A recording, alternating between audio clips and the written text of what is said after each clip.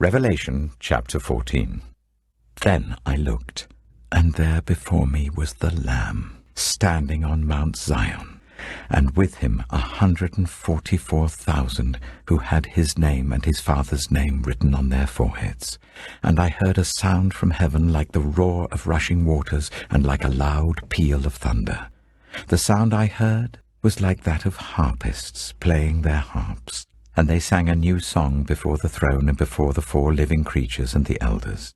No one could learn the song except the 144,000 who had been redeemed from the earth. These are those who did not defile themselves with women, for they remained virgins. They follow the Lamb wherever he goes. They were purchased from among mankind and offered as first fruits to God and the Lamb. No lie was found in their mouths. They are blameless. Then I saw another angel flying in mid-air, and he had the eternal gospel to proclaim to those who live on the earth, to every nation, tribe, language, and people. He said in a loud voice, "Fear God and give him glory, because the hour of his judgment has come. Worship him who made the heavens, the earth, the sea, and the springs of water." A second angel followed and said, "Fallen, fallen is Babylon the Great, which made all the nations drink the maddening wine of her adulteries."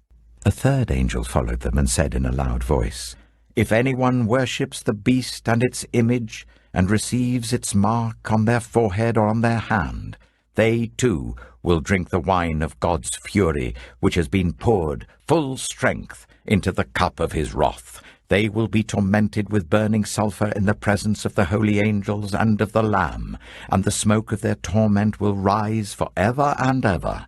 There will be no rest, day or night, for those who worship the beast and its image, or for anyone who receives the mark of its name." This calls for patient endurance on the part of the people of God, who keep his commands and remain faithful to Jesus. Then I heard a voice from heaven say, "Write this: Blessed are the dead who die in the Lord from now on." Yes, says the Spirit, they will rest from their labor, for their deeds will follow them.